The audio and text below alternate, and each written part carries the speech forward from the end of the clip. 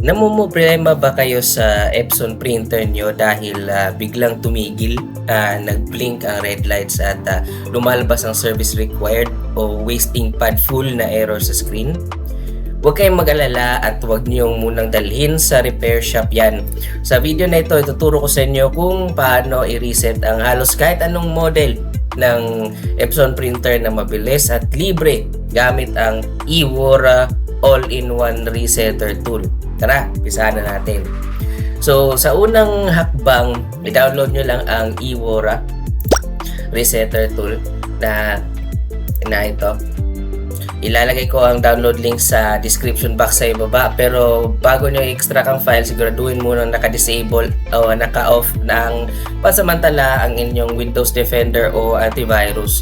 Madalas kasi itong ibablock ng Windows kahit safe naman ito gamitin. At also, kung hindi nyo makita sa description ang link ng ating Epson Resetter Tool eWaura, pakitingnan lang po sa comment section. Pinost ko doon ang link ng Epson Resetter Tool eWaura kasi di pa po ako makapag-post sa description kasi kailangan ko pa maghintay ng advanced features mula sa YouTube. At saka kung na pinapasubscribe kayo o lumalabas na link na pinapasubscribe kayo tapos kailangan yung i-unlock, huwag kayong mag-alala, mag-subscribe lang kayo kasi kailangan ko po talaga kayong mag-subscribe. So, para malaking tulong po sa akin ito. So, yun, wag natin patagalin. So, kapag na-download na, i-right click natin ang zip file tulad nito. So, Epson Resetter Tool eWaura, i-right click natin yan, tapos pwede natin yung i-extract all o WinRAR man. So kung wala kayong WinRAR, extract tool lang tayo dito. So Epson Resetter Tool eWaura.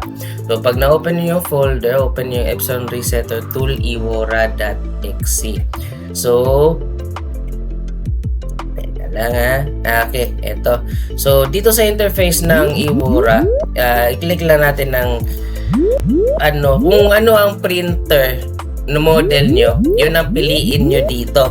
So, meron po tayong Epson L100, L120, L200, L455, L565, L810, L850, L110, L210, L300, L350, L355, L550, L555, L130, L220, L310, L360, L365, L375, L475, L500, L510, L520, L540, L550, L800, L805, L1300 at L1800.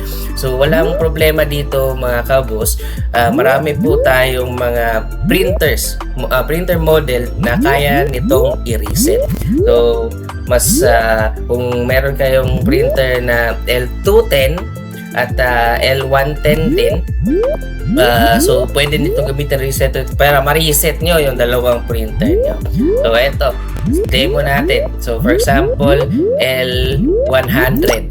So pag na-click nyo Epson L100, click nyo na accept, tapos lalabas na po ang ating adjustment program. So gagawin nyo lang, i-click nyo lang ang select, tapos lalabas na po dito na model name natin L100, naka-auto selection po. Kung meron po dito kayong printer na nakalagay, huwag kayong mag-alala, i-select nyo lang yung kung ano ang printer nyo. Pag lumabas siya, lalabas dito ang model ng printer nyo at saka yun lang i-select nyo. Pwede rin siyang naka-auto selection. So click nyo lang ang OK. Pag click nyo na OK, click nyo yung particular adjustment mode. Ngayon, pag click nyo ng particular adjustment mode, click nyo yung waste ink pad counter, tsaka click na ang OK. So yun. So pagkatapos neto, kailangan nyo lang i-check ang lahat ng boxes dyan. Check nyo lang lahat ng boxes dito sa main pad counter, FL box counter, ink tube counter. Merong mga ibang printer models dito na main pad counter lang ang nandyan, huwag kang mag-alala, i-check nyo lang kung anong box ang meron dyan. So, click nyo ang initialize. So, hindi pa. Click nyo muna ang check. So, pag click nyo ng check, lalabas doon ang percentage kung puno na ba talaga yung wasting pad counter nyo sa likod. So, maglalagay usually sa main pad counter, maglalagay ito 100%. So, pag click nyo ng check at lumabas itong error message na communication error, error code 2000010, huwag kayong mag-alala kasi wala po akong printer na nakakabit ngayon sa computer ko, kaya hindi niya nakikita ang printer. Yan ang communication error kasi hindi niya nakikita ang printer mismo. So communication error. Meron din tayong video sa channel natin na nagdi-discuss kung paano ito i-fix kung lalabas itong error code na to. Pero sa resetter, kapag communication error siya, wala talaga siya nakikita ang printer. So yun, so sa inyo, pag nakakabit yung printer nyo sa computer nyo, hindi ito maglalabas itong error na ito kasi nakikita niya yung printer nyo. Okay, so ang tapos nyo gagawin is click nyo lang ang initialization. So pagkatapos nyo i-click ang initialization, may lalabas dito na pop-up button na when the OK button is clicked, initialization is done. So click nyo lang ang OK, tapos sasabihin niya doon, maglalabas siya ng ibang notification na you can turn off your printer. So, lumalabas itong communication error dahil wala naman siyang marireset sa akin kasi hindi ko na kabit yung aking printer. So, yun. Pagkalabas niya na you may turn off your printer, balikan niyo yung printer nyo, tapos i-off nyo, tapos i-click nyo ang OK dito sa ating screen. So, yun. Madali lang. Pwede nyo nang i-turn on ng printer nyo, tapos i-check nyo, mag-head clean na siya, tapos pwede nyo nang gamitin ulit ang printer nyo.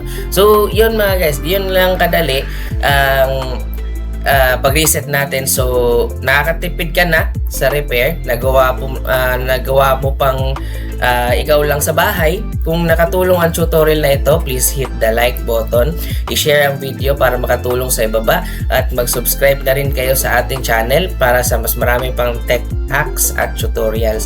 So, wag lang kayo mag-alala, ilalagay ko sa comment section ang link nito.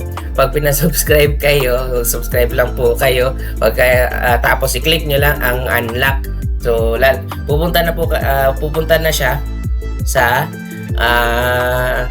download link niya. So, pwede na siyang i-download. Walang password po ito, so okay lang. Gusto ko po makatulong sa inyo, kaya yun lang. Pwede na siyang i-download. Basta mag-subscribe lang kayo. So, thank you po. Maraming salamat sa panonood at hanggang sa muli.